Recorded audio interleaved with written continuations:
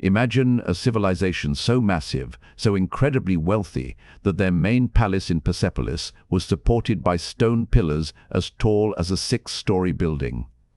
These weren't just stones, they were layered with pure gold and silver shimmering under the sun of the Iranian plateau. This wasn't just a country, it was a global superpower that, at its absolute peak, controlled nearly half of the entire human population on Earth. From the edge of India to the borders of Europe and deep into Egypt, envoys would travel for months, lining up for days just to bow in respect and present the most luxurious treasures before one man, the King of Kings of Persia. They were an elite, fire-worshipping nation with absolute power, flourishing long before Rome or Greece were even busy flexing their muscles.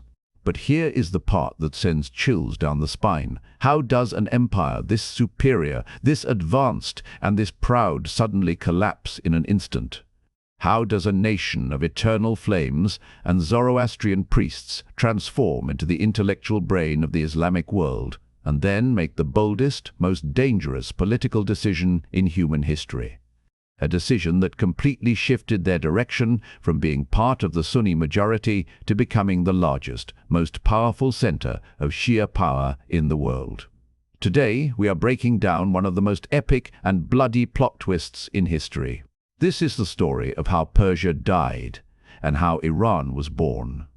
Before we get into the wars and the Great Transformation, you have to understand the sheer level of pride the Persians held.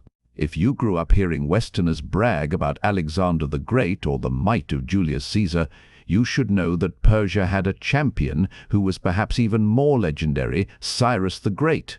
He was the founder of the Achaemenid Empire, the earliest and most pure version of Persian glory. Unlike many ancient kings who thrived on slaughtering and enslaving conquered cities, Cyrus was different. He was elegant, calculated, and remarkably humane for his time. When he successfully breached the massive walls of Babylon, the most magnificent city of the ancient world, he issued a policy that shocked the international community of that era. Instead of enslaving the population, Cyrus freed tens of thousands of captives, including the Jewish people who had been exiled there for decades. He didn't just free them, he gave them funds to return home and rebuild their temples. He allowed every citizen to choose their own religion and speak their own language. This is why the Cyrus cylinder, an ancient clay artifact containing his decree, is recognized today by the United Nations as the first charter of human rights in history. At this time, their identity was tied to Zoroastrianism, a religion thousands of years old. They worshipped in temples where eternal flames were kept burning, symbolizing purity and divine light. Their culture was rich with silk, hand-woven carpets that took a lifetime to make, and the celebration of Nowruz, the Persian New Year, marking the first day of spring. For centuries, Persia felt like the center of the universe. They were wealthy, they were intelligent, and they believed their civilization was the highest caste on earth.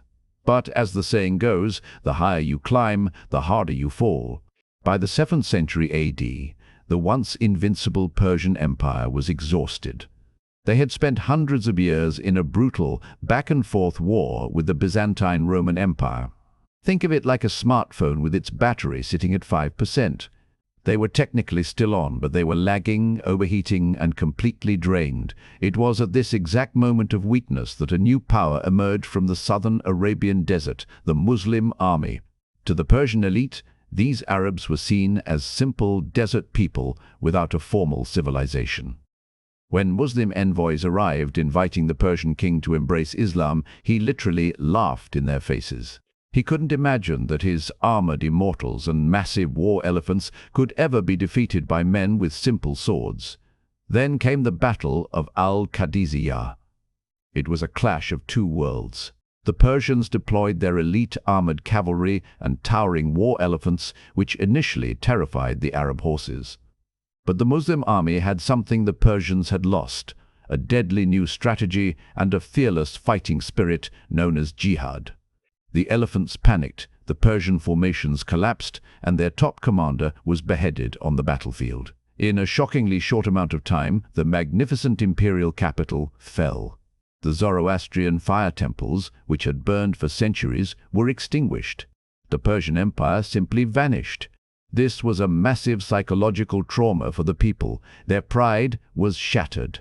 From being the rulers of the world, they suddenly became the subjects of a new caliphate. Now, most nations, when conquered, eventually lose their language and their identity. Look at Egypt or North Africa. They were conquered and became Arabized. But Persia was different. They made a silent, brilliant vow. We have lost the war, but we will not lose ourselves. We will embrace this new religion, but we refuse to become Arabs. This is where the most fascinating part of the story begins. Since they couldn't fight with swords anymore, they decided to fight with their brains. Here is a fact that many history books overlook. The Arab armies conquered Persia militarily, but culturally and bureaucratically, the Persians conquered the Islamic Empire from the inside. The Arabs were masters of war and expansion, but they had very little experience managing a massive, complex empire with millions of citizens. They needed tax systems, architects, and government officials. They had no choice but to hire the Persians to run the show. Slowly but surely, the Islamic government began to look, act, and breathe like a Persian empire. This led to what we now call the Islamic Golden Age. If you use an app on your phone today or scroll through social media, you are using algorithms. The word algorithm and the invention of algebra come from al-Khwarizmi, a Persian. If you look at the history of medicine, the most famous textbook used in European universities for 600 years was written by Ibn Sina, Avicenna, another Persian. The greatest poets of the Islamic world, like Rumi and Sa'di, wrote in Persian. They took the religion of Islam and elevated it to an intellectual and artistic level that the world had never seen. They became the brain of the Islamic world, but they were still searching for a way to stand out, to be truly independent from the Arab-dominated centers of power. For centuries after the Arab conquest and the devastating Mongol invasions, Persia was fragmented and chaotic. Most Persians were Sunni Muslims, just like the majority of the world. But in 1501, everything changed because of a 14-year-old boy named Ismail. At an age when most kids are worried about school, Ismail was leading a fanatical army of warriors known as the Red Heads Qizilbash. He declared himself the Shah of Persia, founding the Safavid Dynasty. Ismail was a genius, but he was also in a terrifying position. To his west was the Ottoman Empire, a Sunni giant that wanted to swallow Persia whole. Ismail realized that if Persia stayed Sunni, they would eventually be absorbed into the Ottoman identity. They needed a radical identity, something that would act as a wall between them and their rivals.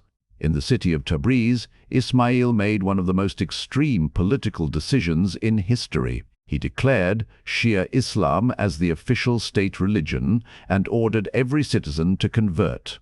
This was not a peaceful transition. It was a brutal, bloody climax. Ismail gave the people a simple but horrifying choice: convert or die. Sunni scholars were executed, mosques were repurposed, and the entire social fabric of the country was torn apart and re-stitched.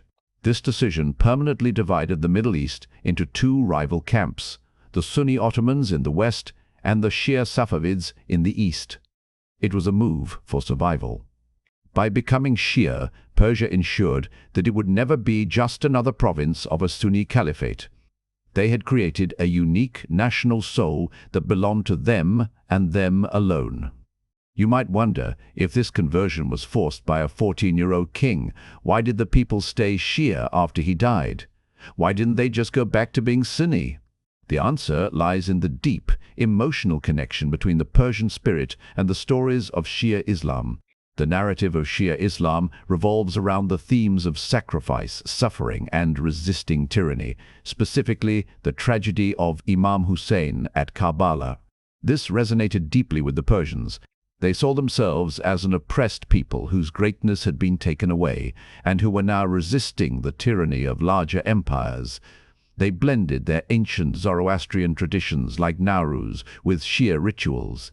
This created a cultural fusion that made them feel distinct. Even today, in modern Iran, you see this legacy. It is a country that is deeply Islamic yet fiercely proud of its pre-Islamic Persian roots. They speak Persian, not Arabic. They celebrate the spring equinox, not just Islamic holidays. They are the survivors of history who refused to disappear. When you see the headlines today about the rivalry between Iran and Saudi Arabia, or the tensions in the Middle East, remember that it isn't just about modern politics or oil. It is the echo of a story that started 30 years ago. It is the result of a great transformation where a nation decided that its identity was worth any price. Persia's story teaches us that independence is never given. It is forged through suffering, adaptation, and sometimes very brutal decisions. Time for a quick check. Do you think Persia would have survived as a distinct nation today if they hadn't made that radical shift in 1501? Or would they have become just another part of a larger empire? Let me know your thoughts in the comments.